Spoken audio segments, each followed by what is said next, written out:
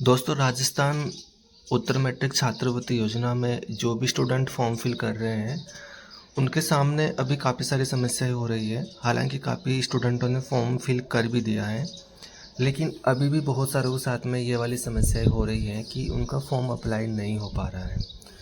और सबके साथ में अलग अलग समस्याएं हो रही है। किसी की क्या समस्या हो रही है, किसी की क्या हो रही है। इन सब को देखते हुए इस बार डिपार्टमेंट ने एक एक एक ऐसा पत्र जारी किया है जिसमें उन्होंने सभी तरह के प्रश्नों का जवाब दिया है। और जो जो स्टूडेंट के सामने प्रॉब्लम आ रही थी, टेक्निकल समस्या भी आ रही थी, उनका भी इन्होंने जवाब दिया है कि इसका क्या सॉल्यूशन हो सकता है।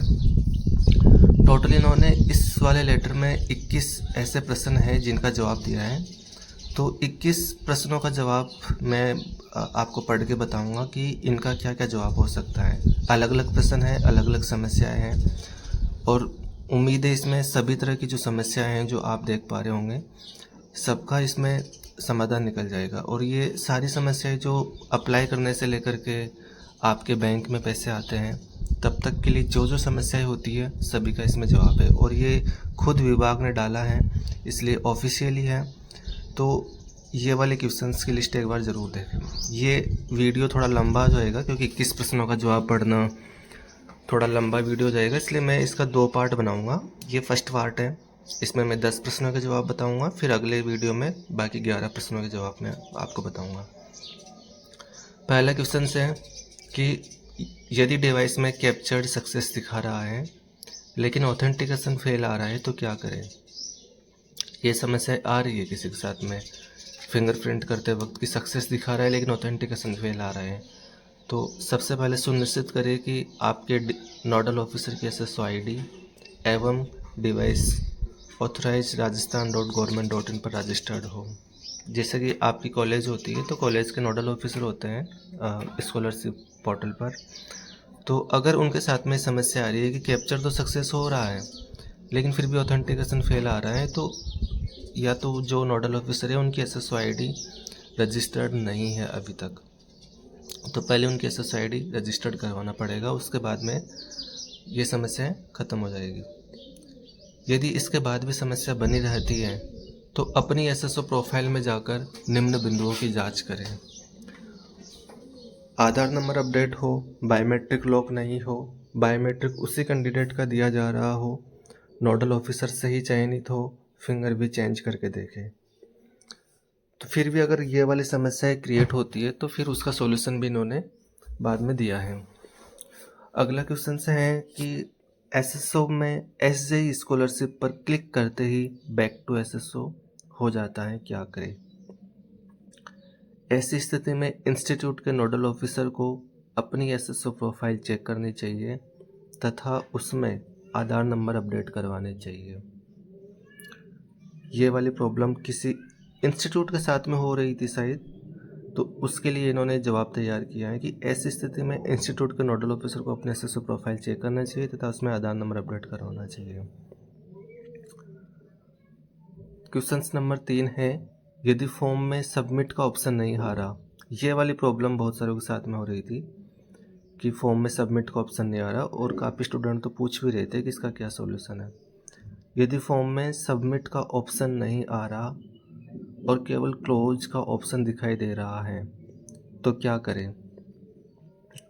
ये हो रहा था, सबमिट का ऑप्शन नहीं आ रहा था, क्लोज का ऑप्शन दिखाई दे रहा था, तो इसका जवाब इन्होंने दिया है, स्टूडेंट को अपनी जनाधार डिटेल की जांच कर अपडेट करवानी चाहिए। जनाधार की डिटेल अपडेट करवानी चाहिए जांच करके, ये इन्होंने लिखा है। नीचे भी लिखा है इन्होंने, विशेष रूप से निम्न दस्तावेजों में नाम की समानता यानी कि नाम मिसमैच की वजह से ये प्रॉब्लम हो रही है कहीं ना कहीं। मूल निवास प्रमाण पत्र और जाति प्रमाण पत्र, यदि नाम में कोई त्रुटि हो तो उसे सही करवाना अनिवार्य है। इसका जवाब इन्होंने इतना सा लिखा है, जिनके क्लोज का ऑप्शन आ रहा है, सबमिट का ऑप्शन नहीं आ रहा, तो इसका जवाब इन्होंने यही लिखा है कि आप अपना जनाधार की डिटेल जांच कर उसको अपडेट करवानी चाहिए। और विशेष रूप से नाम मिसमैच वाले जो डॉक्यूमेंट्स हैं, जैसे कि मूल निवास प्रमाण पत्र और जाति प्रमाण पत्र, उसके अंदर कोई भी त्रुटि हो तो उसको ठीक करवाना चाहिए। इस क्वेश्चन का जवाब इन्होंने इतना सा लिखा है। अब आई थिंक ये आपको देखना पड़ेगा कि कहीं ना कहीं आपके नाम में मिसमैच तो नहीं है, और है तो उसको पहले अपडेट करवाना चाहिए। क्वेश्चन नंबर 4, इनकम सर्टिफिकेट से संबंधित समस्या होने पर क्या करना चाहिए। जन आधार में शामिल सभी मेंबर की इनकम अपडेट होनी चाहिए जिस वर्ष के लिए आवेदन किया जा रहा है। ये मैंने पहले भी एक वीडियो बना के डाला था कि इनकम से रिलेटेड कोई भी एरर आ रही है तो सभी मेंबर्स की इनकम अपडेट करवानी होगी उसी वर्ष के लिए जिस वर्ष आप आवेदन कर रहे हो। सबकी अलग अलग OTP लेकर के इनकम अपडेट करवाना होगा। अब नेक्स्ट क्वेश्चन है, ये भी बहुत सारे क्वेश्चंस स्टूडेंट पूछ रहे हैं कि 60% स्कॉलरशिप कब आएगी। तो 60% का इन्होंने बताया है कि यदि 40% स्कॉलरशिप प्राप्त हो चुकी है और 60% अभी भी बाकी है लेकिन डाटा से रिपोर्ट में स्टेटस फेल दिखा रहा है तो क्या करें। तो 60% का एक ही सॉल्यूशन है। इस स्थिति में स्टूडेंट को अपने बैंक अकाउंट आधार से सीडेड करवाना चाहिए और DBT इनेबल करवाना चाहिए। ये अधिकतर क्या, बहुत सारे स्टूडेंटों के साथ में जो SC कैटेगरी के हैं उनके साथ में ये समस्या होती है कि उनकी 40% आ गई लेकिन अभी तक 60% नहीं आई है। तो इस समस्या का समाधान यही है कि अपने बैंक अकाउंट को आधार सीडेड करवाना चाहिए और उसमें DBT इनेबल करवाना चाहिए, क्योंकि ये पैसे सेंट्रल गवर्नमेंट से आते हैं 60%, और सेंट्रल गवर्नमेंट का कोई भी पैसा हो, कोई भी बेनिफिट वाला पैसा हो तो वो DBT के माध्यम से आता है, डायरेक्ट बेनिफिट ट्रांसफ़र, और उसमें आधार सीडेड होना चाहिए। तो इस क्वेश्चन का जवाब ये रहा। अगला क्वेश्चन है, यदि जन आधार वेरिफिकेशन में OTP प्राप्त नहीं हो रहा तो क्या करें। अपनी SSO प्रोफाइल जांच लें। यदि आधार नंबर या जन आधार नंबर में लिंक्ड मोबाइल नंबर अपडेट नहीं है तो उन्हें अपडेट कराएं। प्रश्न नंबर 7, यदि फॉर्म भरते समय bank name can not be empty का पॉपअप आ रहा है तो क्या करें। कि अगर आप फॉर्म फिल कर रहे हो और उस वक्त ऐसा कोई मैसेज आ रहा है ऐसा बॉक्स में, bank name can not be empty, तो पहले अपनी बैंक डिटेल जन आधार में अपडेट करवाएं। इसका मतलब यही है कि आपके जन आधार में अभी तक आपकी बैंक डिटेल अपडेट नहीं है। फिर अगला क्वेश्चन है, यदि फॉर्म सबमिट करने के बाद you are not eligible for apply scholarship applications का पॉपअप आता है तो क्या करें। यह भी समस्या कापी के साथ में आ रही थी, मैंने देखा था। अब इसका जवाब इन्होंने दिया है, यदि कैंडिडेट SBC कैटेगरी का है, SBC मतलब MBC की बात हो रही है यहाँ पे, जो MBC कैटेगरी के बच्चे होते हैं, MBC SBC की बात है। यदि कैंडिडेट SBC कैटेगरी का है और गलती से OBC कैटेगरी की स्कीम सेलेक्ट कर रहा है तो उसे सही स्कीम चुनकर फॉर्म सबमिट करना चाहिए। कुछ स्टूडेंट हो सकते हैं जो SBC से आते हैं यानी कि MBC से आते हैं लेकिन वो OBC सेलेक्ट कर रहे हैं, उनके साथ में यह वाली प्रॉब्लम हो रही होगी। क्वेश्चन नंबर 9, यदि फॉर्म भरते समय गलत कॉलेज का चयन हो गया तो क्या करें। ये समस्या हो सकती है बहुत सारे के साथ में, मैंने नहीं देखा लेकिन हुई होगी किसी के साथ में। यदि फॉर्म भरते समय गलत कॉलेज का चयन हो गया तो क्या करें। इसका उत्तर इन्होंने दिया है कि अपने फॉर्म से संबंधित DLO स्तर से ऑब्जेक्शन लगवाकर ऑब्जेक्शन क्लियर करते समय एक बार अपडेट किया जा सकता है। अब इसका समाधान क्या है ना, कि अगर आपको मालूम पड़ गया कि यार मैंने गलत कॉलेज भर दिया, तो पहले आपका कॉलेज जाएगा, आपकी जो कॉलेज आपने फिल किया है ना उस कॉलेज में जाएगा आपका फॉर्म। अब वो कॉलेज वाला आपका फॉर्म देखेगा, वो तो उसको रिजेक्ट करेगा क्योंकि उसको पता है कि यार ये हमारा स्टूडेंट ही नहीं है, तो वो रिजेक्ट कर देगा उसको। हो सकता है आपसे बिना बताए, आपसे बिना बात करे रिजेक्ट कर दे। लेकिन आपको पता है कि यार मैंने ये वाली कॉलेज भर दी, तो आप उन कॉलेज से संपर्क करो। पहले संपर्क करके उनको बोलो कि मैंने गलती से ये फिल कर दिया था, और आप इसको डिपार्टमेंट में फॉरवर्ड करें।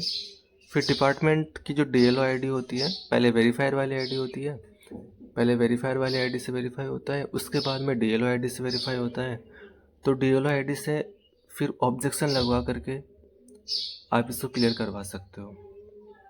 DLO ID से DLO सर ऑब्जेक्शन लगाएंगे, उसके बाद में फॉर्म वापस आपके पास आएगा, फिर उस वक्त आप इसको एडिट कर सकते हो, फिर दोबारा आपकी कॉलेज में ही आपका फॉर्म जाएगा।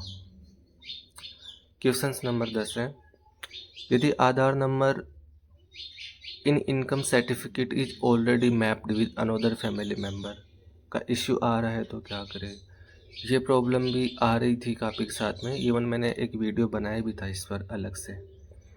इसका क्या जवाब है, इसका अर्थ है कि जन आधार कार्ड में किसी अन्य मेंबर ने पहले से स्कॉलरशिप के लिए अप्लाई किया।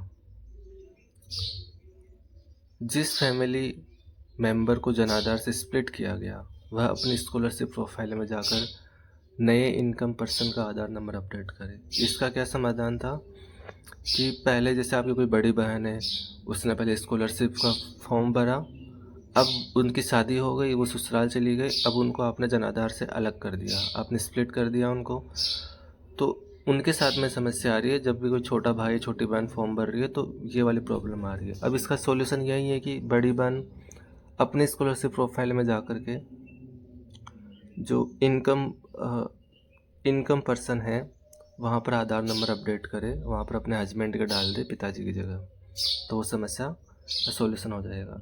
ये 10 क्वेश्चंस थे। क्वेश्चंस और भी हैं, 21 क्वेश्चंस हैं, इनको भी मैं जवाब दूंगा। अब वीडियो लंबा हो जाएगा इसलिए मैं अगले पार्ट में बाकी क्वेश्चंस का भी जवाब दूंगा। 10 क्वेश्चंस का जवाब यहाँ तक था, बाकी का मैं अगले नेक्स्ट पार्ट बनाऊंगा, उसके अंदर मैं जवाब दूंगा।